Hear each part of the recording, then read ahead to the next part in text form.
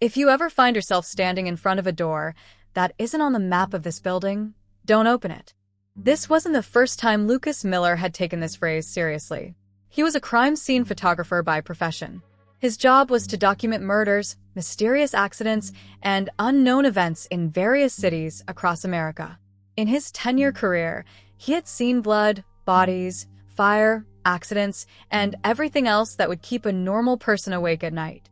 He had only one rule: the camera never lies. But he didn't know that one day his own camera would show him something that the human eye was not designed to see. It was almost 7 in the morning. Lucas was just taking his first sip of coffee when his phone rang. A name flashed on the screen: Detective Marcus Reed. Lucas picked up the call. "Good morning, Marcus." There was silence on the other end. After a few moments, Marcus said softly, "Lucas, we need you." "A new murder?" "Yes, but this time it's different." "You always say that." "I'm not kidding this time." The phone hung up. Only one address came up: Black Pine Road, House 117. An hour later, Lucas had arrived in his car. It was an old part of the Colorado countryside. There were 4 police cars parked outside the house. The entire street was blocked off. Neighbors were peering out of their windows. The air was unusually still. No birds, no dogs, just the blue and red lights of the police. Lucas slung the camera over his shoulder and stepped inside. The drawing room didn't look like a murder case. The furniture was in its place. There were no signs of a fight. There was only the body of a man lying on the floor, age about 50 years. The fear on his face was so deep, as if he had seen something unimaginable before he died. His eyes were wide open. His hands were clasped over his chest. There was a strange chill in the room, even though the heater was on. Lucas took the first picture. Click. Then the second. Click. The third. Click. Everything seemed normal. "Lucas." Marcus motioned to him. "Come with me." They both went to the back of the house. A narrow hallway. On the left, the bathroom. On the right, the storeroom. And, at the very end, a white door. Lucas stopped. "What is this?" Marcus didn't answer, just handed him a folder. It contained the original architectural plan of the house. Lucas looked carefully. The corridor finally ended. There was no door. There was no room. Just a solid concrete wall. Lucas looked ahead again. That white door was still in place. Clean. New. Like it had just been painted. "That is not possible," Marcus said softly. "We were thinking the same thing." "Who opened it?" "We did." "What's inside?" Marcus was silent for a moment and said, "We don't know." Lucas looked in surprise. "Meaning?" "4 officers went in. Then, only one came back." The map almost fell from Lucas's hand. The other 3? Missing. Bodies. No. Blood. No. CCTV. Just white noise. Lucas looked at the door handle. There wasn't a speck of dust on it, even though the whole house was old. Marcus immediately said, "Don't touch it." "Why?" "Because the officer who came back, he only said one sentence before he died." Lucas fell silent. Marcus said slowly, "If the door sees you, it never forgets you." Lucas suppressed a small laugh. "You really believe that?" Marcus said, looking straight into his eyes. "No. But I knew that officer. He was never afraid. And I saw him in this state, that he was trembling from his own shadow." Lucas turned on the camera. He focused on the white door. He took one picture. Click. Then another. Click. Third. Click. Everything on the screen looked normal. He breathed a sigh of relief. "See? There's nothing." Suddenly, the camera's LCD screen flickered automatically. The picture began to change. Lucas looked again. A cold wave ran through his body, because in the picture, that corridor was not empty. Next to the door, a little boy stood, in white clothes. His face was completely black. No eyes. No nose. Just a black void. Lucas immediately raised his head and looked ahead. There was nothing there. Just a white door. He looked at the camera again. The boy was still in the picture. And he was looking straight at the camera. Marcus. Lucas's voice trembled. Look at this. Marcus took the camera. He looked for a few moments. I can't see anything. Lucas looked at the screen in surprise. The boy had disappeared. There was only an empty corridor. Impossible. At that moment, from the end of the corridor, tap. A sound came, then tap, as if someone had knocked softly on the other side of the door. The policemen looked at each other. The room fell into complete silence. Then a third knock. Tap. This time, more clearly than before. A young officer drew his weapon. Sir, maybe there's someone inside. Marcus said sternly. No one will open the door. Suddenly, from under the door, a white piece of paper slowly slid out. Someone had pushed it in from the inside. Everyone's eyes were fixed on it. Marcus put on gloves. He picked up the paper. There was only one sentence written on it. The first picture has been taken. Below it, a date was written, yesterday's date. And below that, a name. Lucas Miller. The camera almost fell from Lucas's hand. He immediately opened the pictures he had taken again. The first picture, the second, the third, they were all normal. But a new picture had automatically been added to the gallery. He had never taken that picture. In it, he was standing in his own bedroom, and behind it, there was the exact same white door, even though there had never been a door like that in his house. Lucas' hands were shaking badly. He looked at the camera screen again. The picture was still there. The same bedroom, the same bed, the same window, and behind it, the white door. The scariest thing was that the time was written below the picture. 2:17 a.m. tomorrow. Yesterday night, 2:17 a.m. That time hadn't come yet. This is impossible. Lucas told himself. He immediately showed the picture to Marcus. Marcus looked at the screen in surprise. This is your room? Yes. And this door? There is no such door in my house. Marcus looked at the picture carefully for a few moments. Then his face became serious. Lucas, don't show this picture to anyone yet. Why? Because he couldn't finish. At that moment, a police officer came running. Sir, what happened? All the lights in the back room have automatically turned off. The entire house was suddenly plunged into darkness. Only the white door at the end of the corridor seemed strangely illuminated, as if a light were burning somewhere inside it. Even though the house's electricity was completely out, Lucas involuntarily turned the camera in that direction. The scene on the screen changed. In reality, the door was closed, but in the camera, it was slowly opening. It was completely dark inside. Then, two white eyes appeared in the darkness. Lucas panicked and lowered the camera. He looked ahead. The door was still closed. We're leaving here, Marcus ordered. All the officers quickly started to exit. Lucas was the last person. As he passed the door, someone called out to him in a very low voice. Lucas. He stopped. The voice was exactly like his late sister Emma's. Emma had died in a car accident 7 years ago. He turned around slowly. The hallway was empty. Lucas. The voice came again, this time from inside the door. Marcus immediately grabbed his arm. Don't listen. Lucas was shocked. You heard the voice too? Marcus shook his head. No. But the surviving officer in the previous case told me. That door lets every person hear the voice of the person they loved most in life. Lucas's throat went dry. As soon as he left the house, he felt a slight sense of relief. But it didn't last long, because as soon as he got to his car, a notification popped up on his phone. Unknown sender. He opened the message. There was just one picture, the same picture, that was in his camera, and there was just one sentence underneath. Tonight, don't look behind you at 2:17 a.m. Tonight at 2:17 a.m. Who sent this? Lucas immediately tried to trace the number. No sender found. No number. No email. No account. It was as if the message had come out of thin air. That night, Lucas arrived at his apartment. He checked the entire house. Every room. Every wall. There was no white door. He started laughing at himself.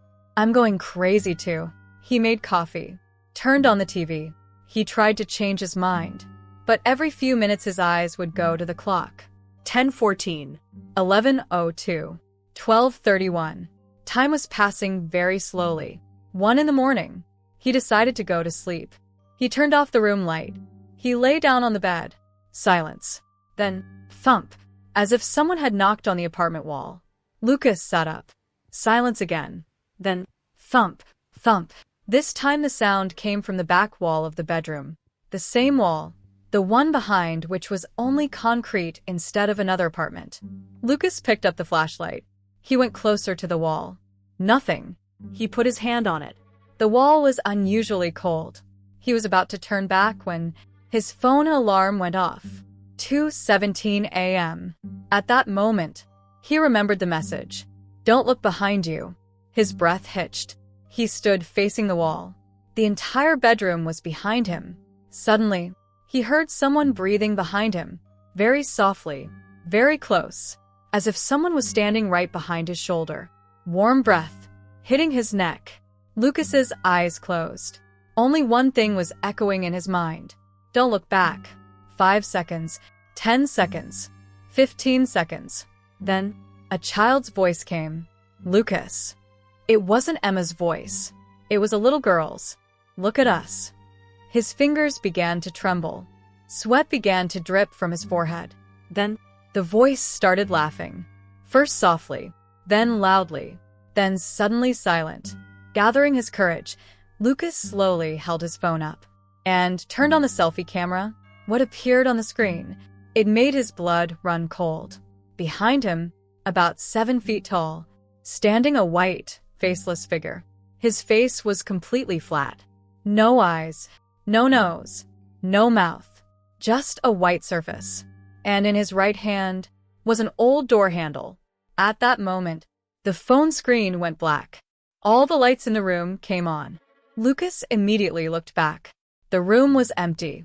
There was no one. Only, on the back wall of his bedroom, a thin white line had formed. That line looked exactly like a door frame. And from inside the line, slowly, a knock was heard 3 times. Tap, tap, tap. It was 2:18 a.m. Lucas was still standing in front of the wall. His eyes were fixed on that thin white line. Just a few seconds ago, there was nothing there. And now, the line looked exactly like a door frame. Then, stop. Another knock. This time, it was louder than before. Lucas took a step back. He put his ear to the wall. There was complete silence on the other side. But a few moments later, a child's very soft voice was heard. Please, open the door. Lucas's heart started beating faster. There was so much innocence in the voice that for a moment his heart wanted to break the wall. But the next moment, he remembered Detective Marcus' words. That door will always let you hear the voice of the person you trust the most, or the one you pity the most. Lucas immediately removed his ears. He spent the whole night awake. As the first light of morning entered the room, he saw the wall again. The white line had disappeared. The wall was completely normal. Maybe I'm really going crazy, he thought to himself. But when he opened his phone's gallery, his breath caught. The selfie from the night before was still there. In that photo, he himself stood terrified. And behind it, there was the same white, faceless figure. This was not a dream. His phone rang at 9 in the morning. Marcus Reed. Lucas, get to headquarters immediately. What happened? Another incident has occurred. Is that the same door? There was silence for a few moments.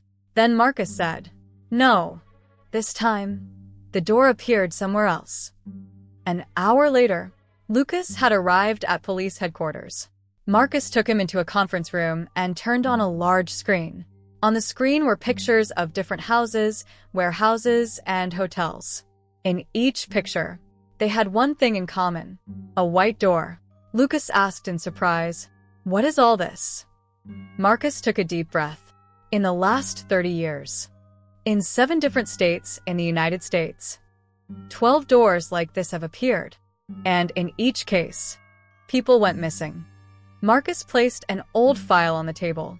It read in red letters, Project White Frame. Lucas opened the file. There was a picture on the first page. 1987. A police officer stood in front of a white door. On the second page, The same officer, but his eyes were completely white. On the third page, there was only one sentence. He came back, but he wasn't him anymore. Lucas' hands went cold. In those 12 cases, Marcus said softly, only 3 people came back. And all 3 committed suicide a few days later. Why? Marcus quietly turned on an audio recorder. A man's broken voice echoed in it. That door doesn't go anywhere. It sends you back, but you don't come back alone. The recording suddenly ended. The room fell silent. At that moment, a woman entered. White hair. Official ID. I'm Dr. Evelyn Carter. They looked at Lucas. We've been waiting for someone like you for years. Lucas was surprised. Mine. Yes. Because the door doesn't choose anyone. It chooses its own victims. What do you mean? Dr. Evelyn placed a picture of Lucas on the table. The picture was 2 years old. It was an ordinary coffee shop. Lucas was sitting there alone, drinking coffee. But behind him, in the window glass, a feint of the same white door. Lucas's breath caught. This is impossible. No. He chose you 2 years ago. But why? Dr. Evelyn shook her head. We don't know. All we know is that the day someone first sees the store, that day the countdown begins. Counting what? Evelyn replied, 7 days. And if the 7 days are up? The woman didn't answer. She just silently pointed a picture at him. In the picture, a man had a completely white door built into the wall. The date was written below. Day 7. After that, no trace of the man was ever found. Lucas immediately took out the calendar. I saw this door yesterday, Evelyn said softly. No, you only recognized it yesterday. The actual countdown had already started 2 years ago. Lucas's face flushed. At that moment, all the lights in the room started blinking. Tick, tick, tick. Then complete darkness. Only the projector screen was lit. A new image appeared on it automatically. No one had played that image.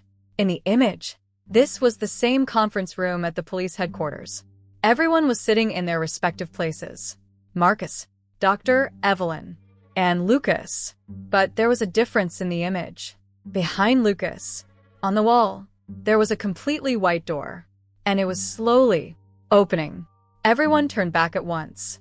The wall was empty. Then, tap. A knock was heard from the back wall of the room. Once.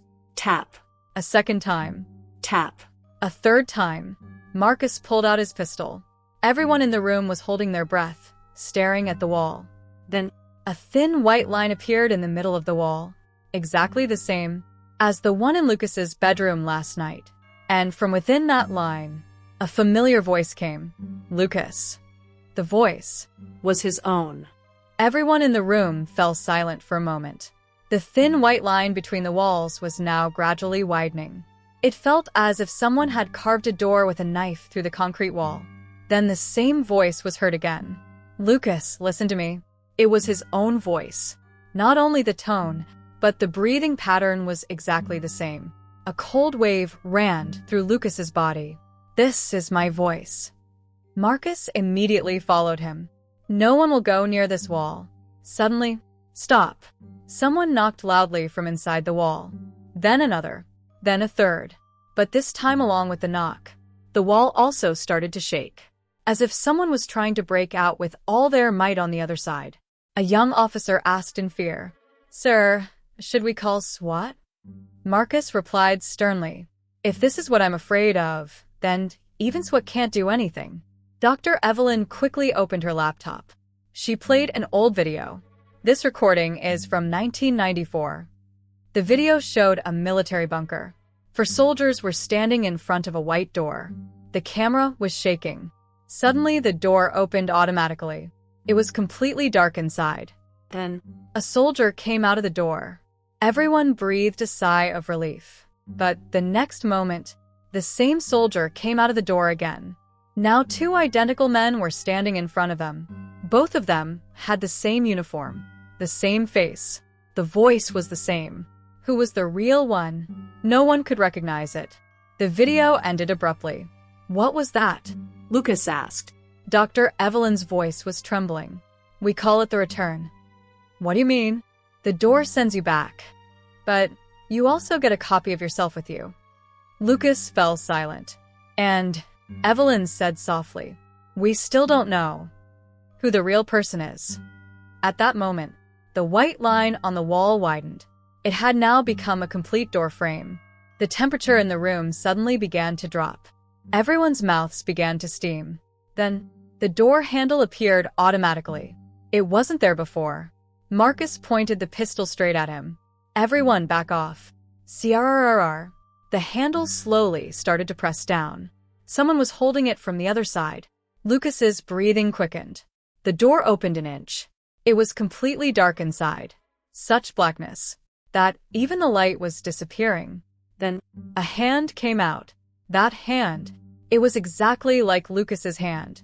At that moment, the same scar that he had received when he fell off his bicycle as a child. Marcus fired without thinking. Right. The bullet hit his hand straight in the hand. But no blood came out. Only white smoke rose. The hand immediately went back into the darkness. The door closed. Silence fell in the room. All that could be heard was everyone's rapid breathing. Marcus said softly, he's testing us. At that moment, Lucas's phone rang. It was written on the screen. Lucas Miller. He was shocked.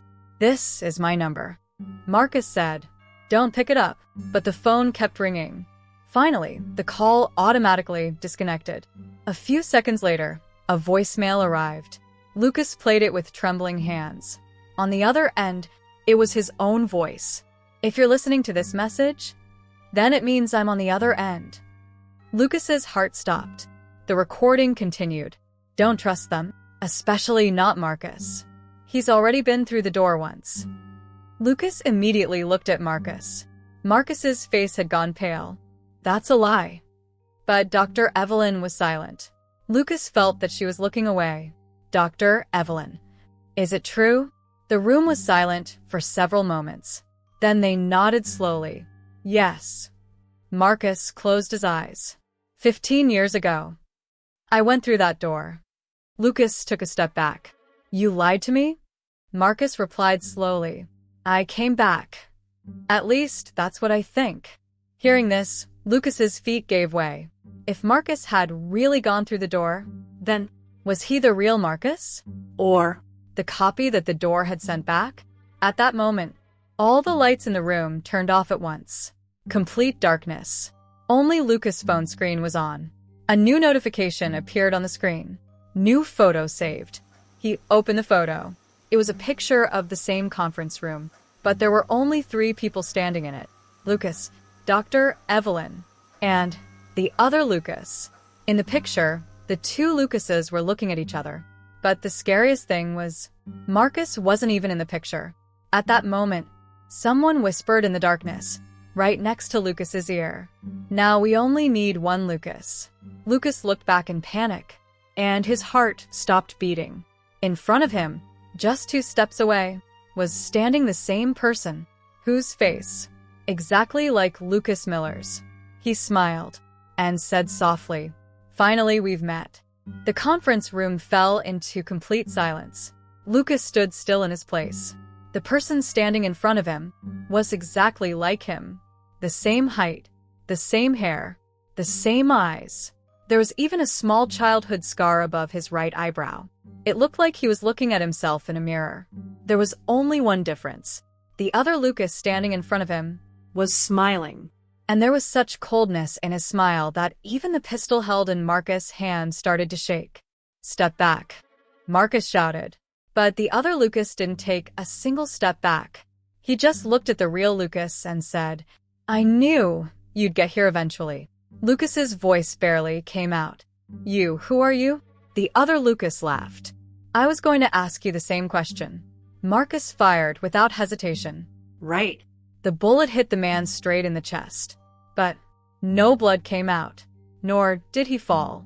The bullet hit his body and fell down as if it had hit a solid piece of iron. The other Lucas bent down and picked up the bullet.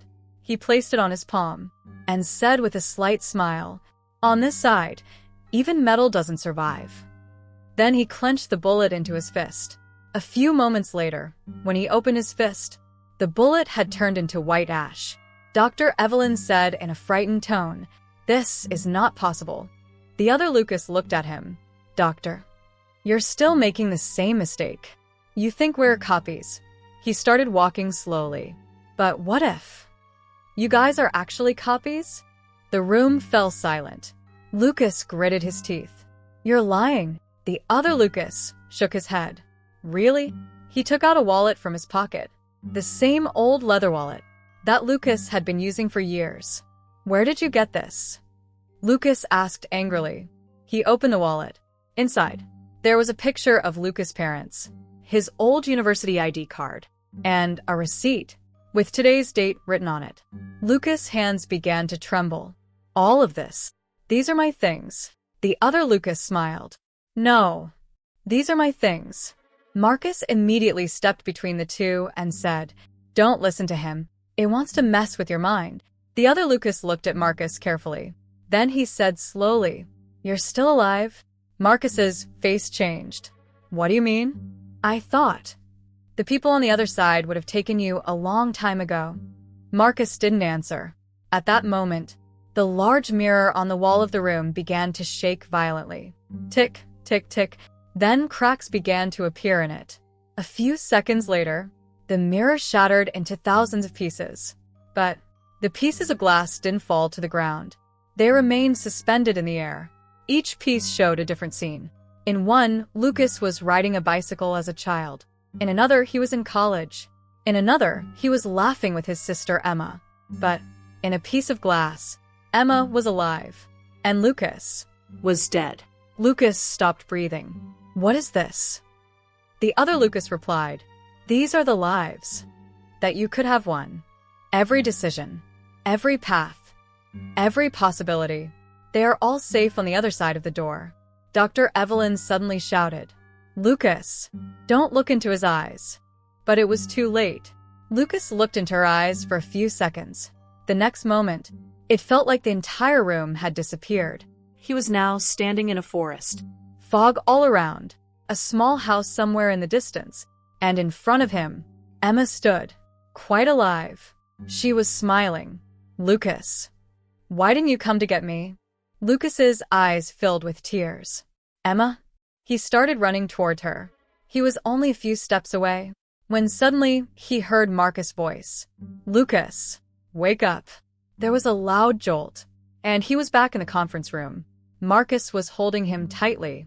"It was pulling you inside," Marcus said.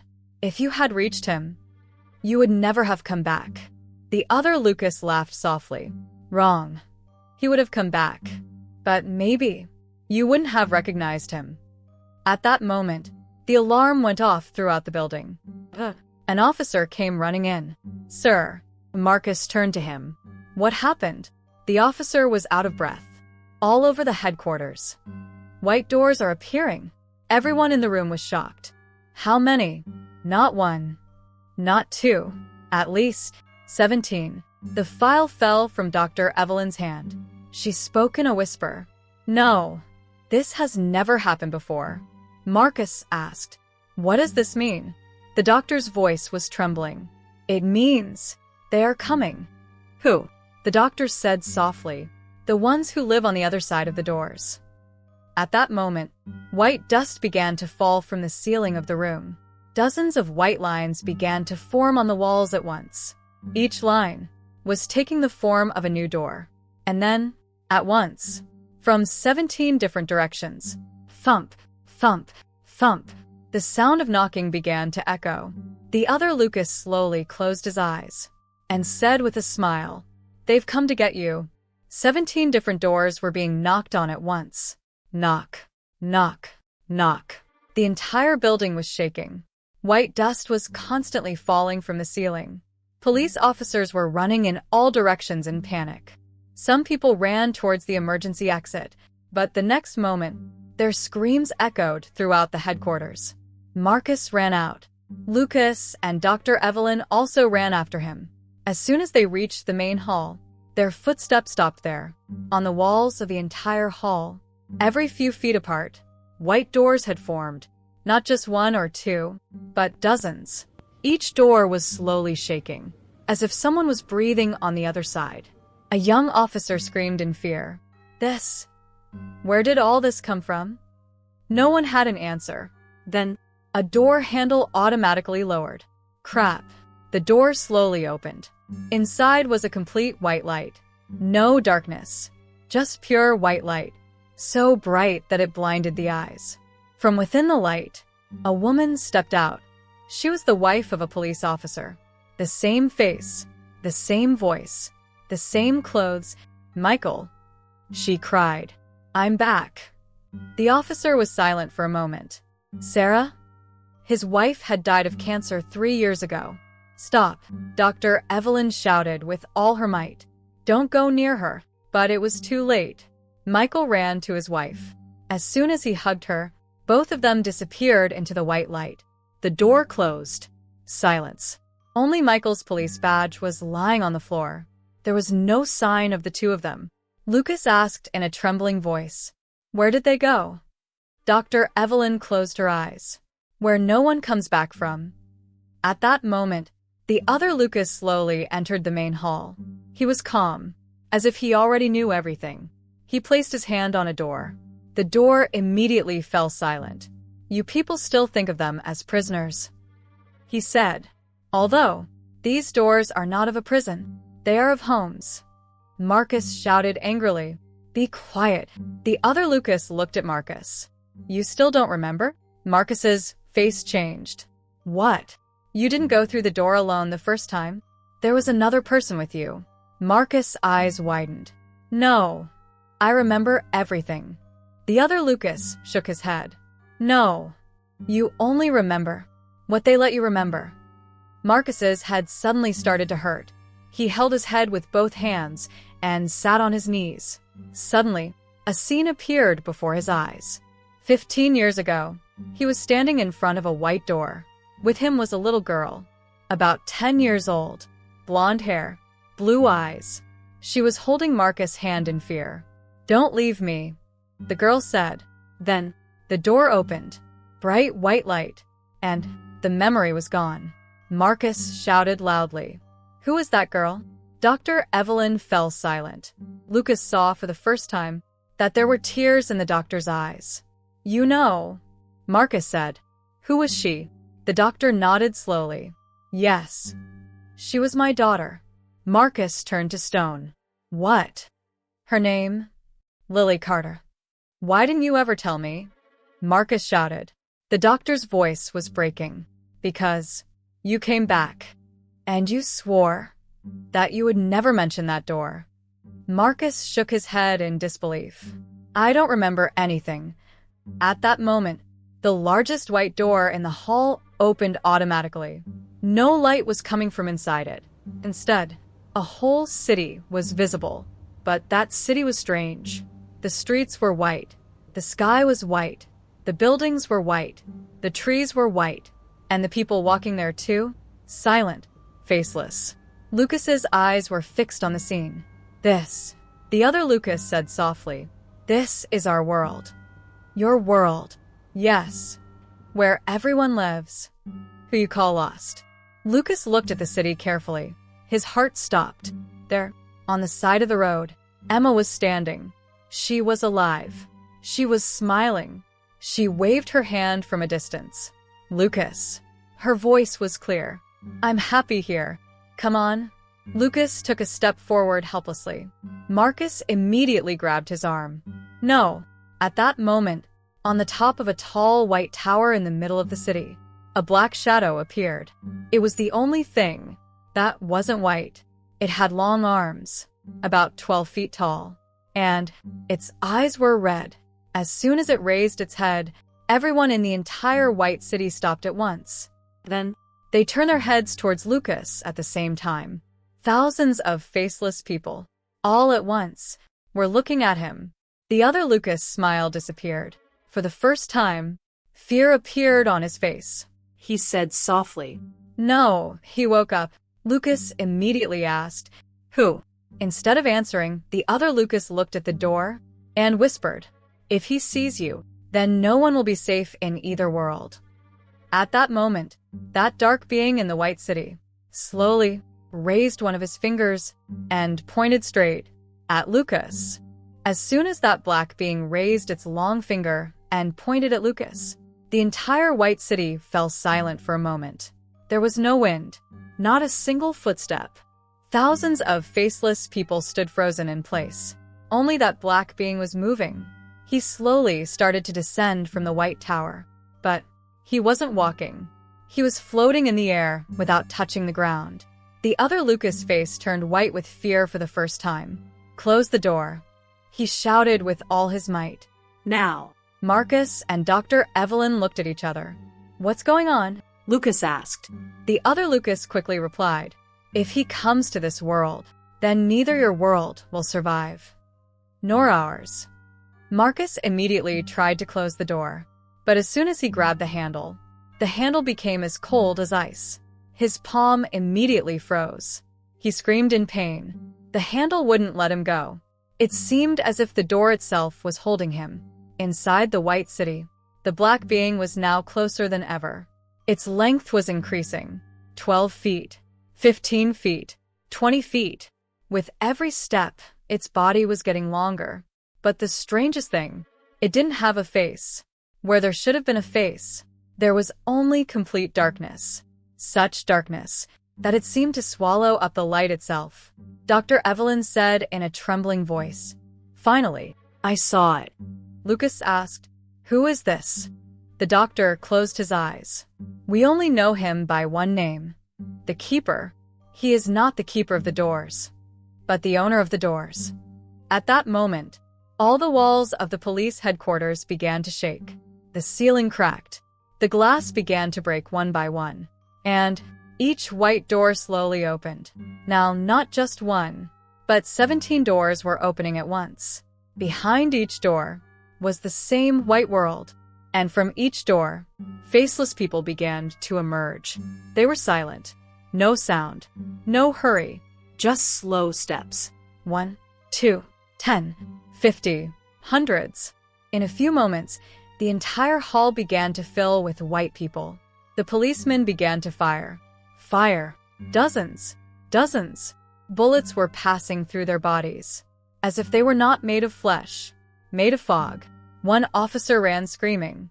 A faceless person just touched his shoulder, and the next moment, the officer turned into white ash and scattered on the ground. Lucas's steps staggered. "These are not humans." The other Lucas shook his head. "No, these are just empty bodies." Marcus shouted loudly, "Everyone to the bottom floor." But it was too late. The elevator doors opened. Inside, two white people were standing. He looked at the stairs. There too. The building was now completely empty. At the same time, the Keeper in the White City appeared right in front of the door. Now there were only a few steps left. He raised his head for the first time, although he didn't have a face. But Lucas clearly felt that he was watching him. Suddenly, 1,000 voices echoed in Lucas's mind. Childhood memories, Emma's laughter, father's voice, mother's lullaby, all at once. Then a new voice was heard. Deep, cold, and inhuman. "Lucas Miller, you've made us wait too long." Lucas put both hands to his ears. "How is it speaking in my head?" Dr. Evelyn shouted. "Don't listen to its voice." But it was too late. Suddenly another scene appeared before Lucas. He saw himself as a small child, about 8 years old. He was standing in front of a white door. With him, his mother was there. Lucas's heart stopped. This is impossible. His mother leaned down and whispered in his ear, "If this door ever finds you again, don't let it remember who you are." Then she pushed little Lucas away. He fell away from the door, and his mother herself entered the white door. The door closed. The scene ended. Lucas's eyes opened. His breathing was uncontrollable. "No, my mother died in a car accident." Dr. Evelyn shook her head slowly. "No, that's what you were reminded of." Marcus looked at him in surprise. "You knew all this?" Tears began to flow from the doctor's eyes. "Yes, because..." Lucas' mother was also part of our project. The other Lucas spoke softly. Now do you understand? You were not chosen by the door. You came through the door. Lucas's life drained from his body. No, this is a lie. If it is a lie, the other Lucas extended his hand. Then come with me. I will show you the truth. At that moment, the keeper put his hand out of the door for the first time. Just one hand, but as soon as his finger touched the ground of the real world, the entire building shook. All the white people knelt down together. And for the first time, they said the same sentence. Thousands of voices, at once. The king has come. Lucas looked at the door in fear. The black hand was slowly coming out further. Marcus loaded his last bullet into the pistol. Dr. Evelyn, trembling, handed a red folder to Lucas. There was only one word written on it. Origin. The doctor said in a low voice. If we don't survive today, then therein lies the real secret of your birth. At that moment, the keeper's other hand also came out of the door, and the entire white door began to crumble from the inside. The entire headquarters building was shaking. Large chunks of concrete were falling from the ceiling. Alarms were going off everywhere. The white door was now completely broken, the black entity emerging from it. The keeper, slowly stepping into the real world. It was now about 30 feet tall. As soon as its second step hit the ground, the power in the entire city disappeared at once. The sirens outside stopped. The phones were turned off. The radios went silent. It felt like the world had stopped breathing for a moment. Thousands of white, faceless people knelt down together. Their voices became one. The king has returned. Lucas still had that red folder in his hand. It read, Origin. Dr. Evelyn saw him last. Lucas, if you want to know the truth, then open it now. Lucas opened the folder with trembling hands. Inside were old government files. The first page, Project White Door. Year, 1993. A picture was posted at the bottom. Lucas saw the picture, and his world stopped. The picture showed a young woman standing in front of a white door. She was his mother. The next page read, Subject 27 entered the white world voluntarily. Subject returned after 19 minutes. Pregnancy detected after 43 days. Lucas's hands began to tremble. No. Tears were flowing from Dr. Evelyn's eyes. Your father was an ordinary person, but your mother returned from another world. Marcus said uncertainly. That is. The doctor nodded slowly. Lucas, you are not fully human. At that moment, the keeper began to speak for the first time. His voice was not in any one language. It sounded like thousands of people were talking at once. But Lucas understood him. You are back, my son. The entire building fell silent. Marcus looked at Lucas in surprise. What did he say? Lucas's lips went dry. He called me his son. The other Lucas bowed his head. Now you know the truth. We were not copies of you. We were your real family. Childhood memories flashed like lightning in Lucas' mind. The dreams that always came to him. The white city. The white door. A long black shadow that kept watching him from afar. These weren't dreams. These were memories. The keeper extended his giant hand towards Lucas. Come back. Close the doors to both worlds forever. And all will be over. Marcus immediately stepped forward. Don't listen to him. He's lying. But Dr. Evelyn was silent. He said softly, No, he's not lying for the first time. Lucas looked at them in surprise. If I go with him, then what? The doctor replied, All the white doors will close forever. And if I don't go? The doctor closed his eyes. So the two worlds will become one. And the human world will end. Lucas looked around the entire hall. Countless bodies. The destroyed building. People crying. Marcus stood there, injured. Dr. Evelyn's face was filled with despair. Emma's voice echoed in his mind. Every door leads to two ways. But only one way saves the others. Lucas took a deep breath. He slowly walked towards the keeper. Marcus grabbed his arm. No, Lucas smiled. I've spent my whole life running from this door. Now it's time to end it. Lucas stopped in front of the keeper. The keeper placed his hand on his head. Suddenly, the white city and the real world began to merge into each other. The buildings began to shake. The sky turned white. Time seemed to stop. Then, Lucas suddenly grabbed the keeper's hand tightly. He smiled and said, "You made a mistake." The keeper fell silent for the first time. Lucas said softly, "You let me grow up among humans. And humans never give up one thing: sacrifice." Lucas pulled the keeper towards him with all his strength, and both of them fell inside the broken white door. The next moment, a terrifying white light spread throughout the city. Then, each white door, one by one, began to disappear.